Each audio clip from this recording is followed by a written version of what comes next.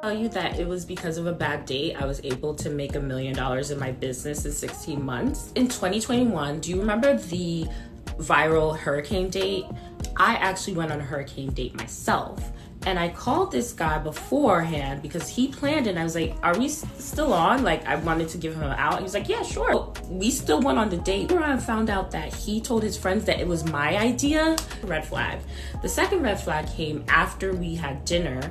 We were going to the movies. And since he paid for dinner, I was going to call the Uber. And he was like, why don't we just walk to the movie theater? I was like, it's raining, it's a hurricane. I found out that I took Uber everywhere. I live in a walkable neighborhood, so I either walk or I take Uber. But he took that day of all days to try to humble me. It was just not the vibe. And I'm in grad school, and later I went to class and we were diving in deep into the nervous system. And I realized that I would go into fight or flight every time I was around this guy.